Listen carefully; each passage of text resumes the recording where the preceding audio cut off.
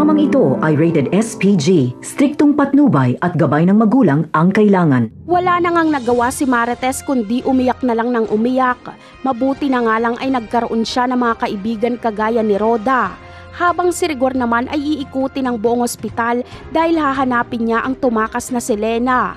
Ang malas ng umaga ni Marites, papasok pa lang sila ni Roda sa pwesto nila sa palengke pero ito pa ang nangyari.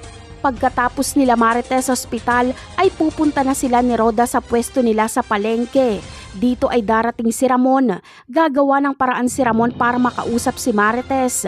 Kaya naman, dito ay maglalabas ng sama ng loob si Marites kay Ramon.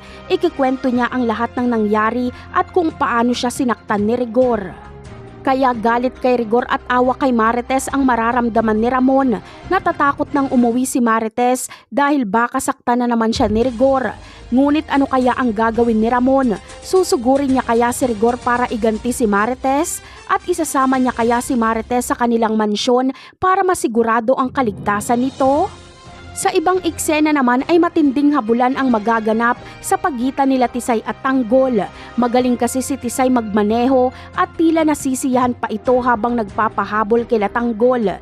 Pero hindi pa rin siya uubra kay Tanggol dahil hindi siya titigilan ni Tanggol hanggat hindi nasusukol. Sa bandang huli ay masusukol nila Tanggol si Tisay.